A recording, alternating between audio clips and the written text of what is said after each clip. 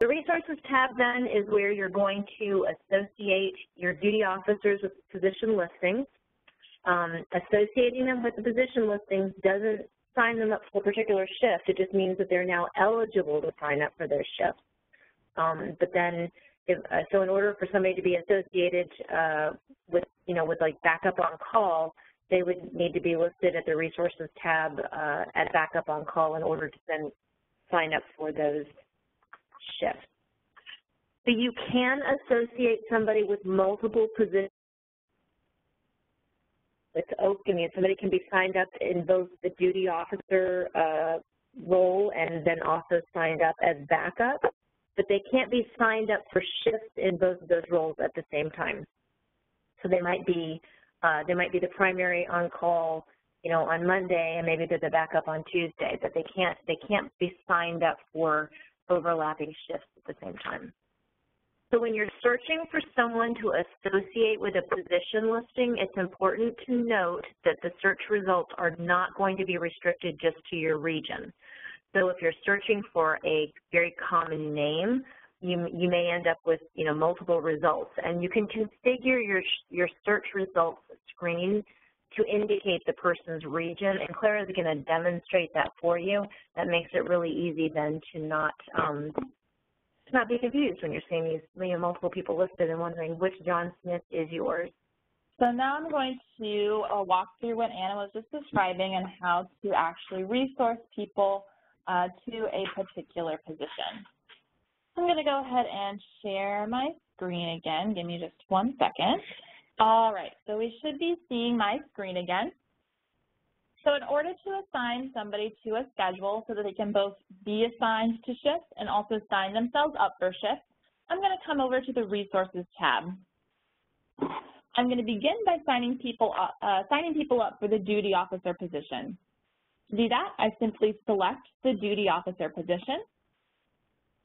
And on the right-hand side, it's going to load all the people I could potentially assign to the duty officer position. So I'm going to search for individuals. So in order to search for people I want to add to this position, I come over here to the right-hand side magnifying glass. I'm going to select that, and I'm going to type the name of the person that I'd like to add to this schedule. I'm going to search for them. Here I found the people I'd like to add. In order to add somebody to the schedule, I simply check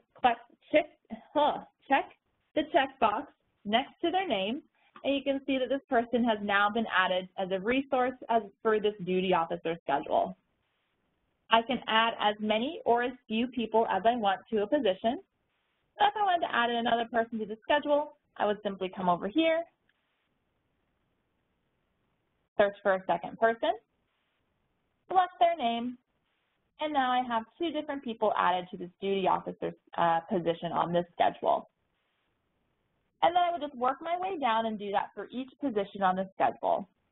So again, I'm going to click on the backup duty officer position, and I'm going to search for someone to add. Select them, and now they've been added as backup. Do this just a few more times for the sake of repetition. And then I could do that as well for my reserve.